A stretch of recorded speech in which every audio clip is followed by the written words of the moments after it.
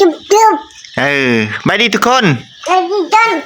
ไปดีจนไปยังไปจำแห้งๆนี่มัน พูด ขนมก็ได้มันน่ะ จำแห้งๆกินสบายดีเนาะตอนนี้เฮากับสิเมื่อบานเนาะบานตรงเนาะนี่เมื่อบานเมีย บางอย่างยิ้ม นี่ไปกับไผไปดีเบิ้ง ไป ไปดีเบิ้ง ไปดีเอฟซีไปดี ไปดีก่อน ไป พังพอเบานี่ ไปนะ ไปดี ไปดีก่อนจังไป ไปดี ไปดีทุกคนนะเบิ้ง ไปดีจน เนาะตอนนี้เฮาก็มาหอดเครื่องทางอะไรบ่ได้อัดแต่ดนเนาะนี่เนาะคนนี่ทางเข้าบ้านแต่อันนี้ก็ดีเนาะทางเนาะ ไปนะเนาะไป let's go เบิ้ง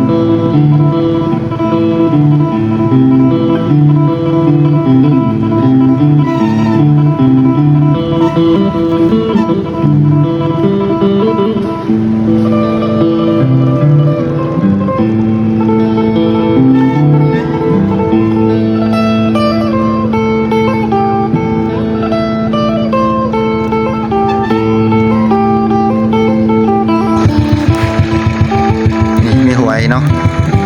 เขาประเทศขั้วแล้วทางถึงทางลม ก็มาเที่ยว ใช่มันก็เห็นเลยเด้นี่ตอนนี้ก็มาฮอดอันนี้เรียบร้อยเนาะบานเรียบร้อยแล้วนี่เปลี่ยนกันเลยมันทะเลเอาเนาะฮอดใช้แล้วทางเบิ้งขอทานหน่อยฮอดใช้แล้วเบิ้งวันนี้เบิ้งสัมผัสไว้เอาไปยังคุณไปคุณยังไม่ได้มีคุณเลยยังไปเด้อแน่มาในเบิ้งแน่มาในก่อนจุ๊บเบิ้งจุ๊บเบิ้ง จุบไปดีทุกคน ไปดีจน ไปดีจนไปยัง ไป คุณฮอนเดดเด้เหรอเบิ้ง อันนี้นี่ ตากแดดนี่แหละแล้วมึงใครอยู่ไปใส่หมดไปอยู่ไหนหัว นี่ก็ฮอดบ้านแล้วเนาะนี่ทางเขาเขตใหม่เนาะของมาในบ้านผมโอ้เราจีไปพาไปถ่ายฮอดไหนผมบ้านนี้เป็นซอยเขาเลิกเติบเลยเนาะจะกินนมไผ่ ไปกินนม กินนมหมูแซ่บบ่แซ่บแห้งหอมเบิ้งหอมนะเบิ้งหอมนะตีจุบจุบ จุบอีก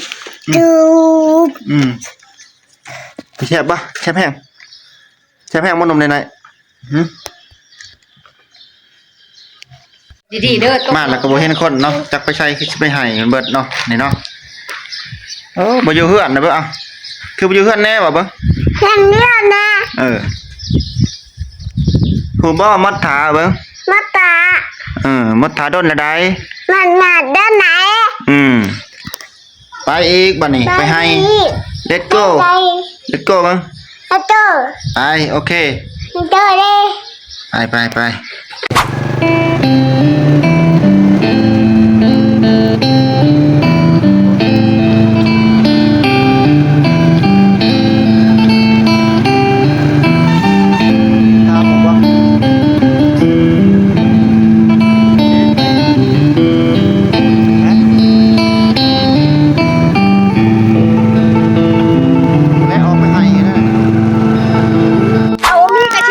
บนหนา มีกระชิเข้าไปไหนเอ้าให้เท่าฮับนี่ทับ คอยฮับจังน้อยจะมาอยู่น้ำแม่เจ้า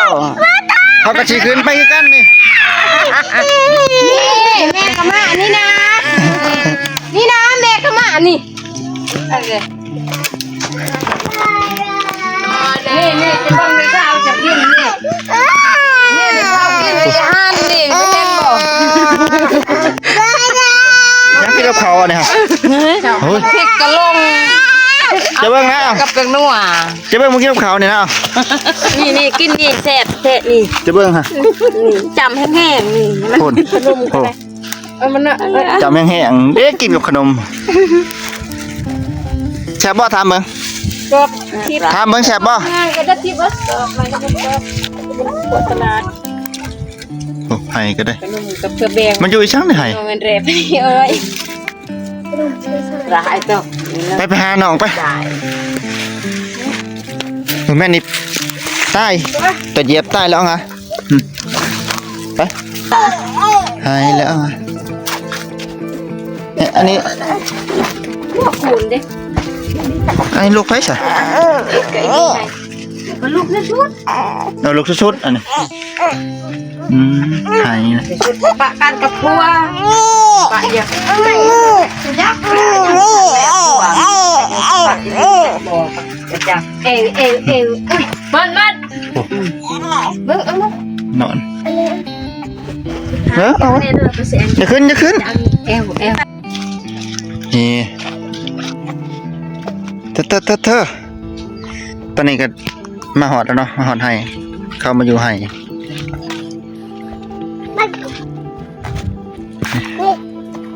ให้นะปุ๊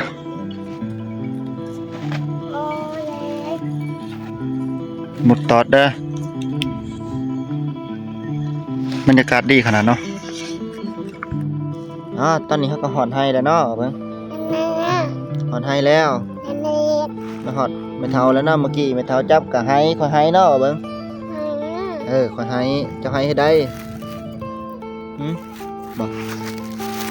เฮ็ดนั่นตี มันตกจัง ตกใช้บรรยากาศดีเนาะเบิ่งจะกินใส่บ่ได้เอาเบิ่ง มาเบิ่งมื้อนี้พังขอนี่พังขอมื้อนี้บรรยากาศดีเนาะเบิ่งบรรยากาศดีอะลีเนาะเบิ่งเมื่อยบ่เห็นใช่เห็นแล้วมันบังโผล่เนาะนี่มาอยู่คมกกไม้จังไผเหรอเบิ่งไม้จังไผให้อยู่วัดรอดเถอะเนาะเบิ่งไม่มีอะไรมากเบิ่ง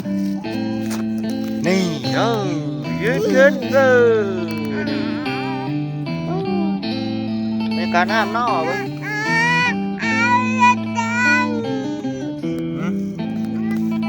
บรรยากาศงามลีนี่ธรรมชาติเนาะเอาขนมมาให้ทิพย์บอกเบิ่งเอาขนมมาให้ไผจะเอานมมาให้ไผนมมาให้เถาบ่เอาเบิ่งขอนมมาให้เถาเอาเบิ่ง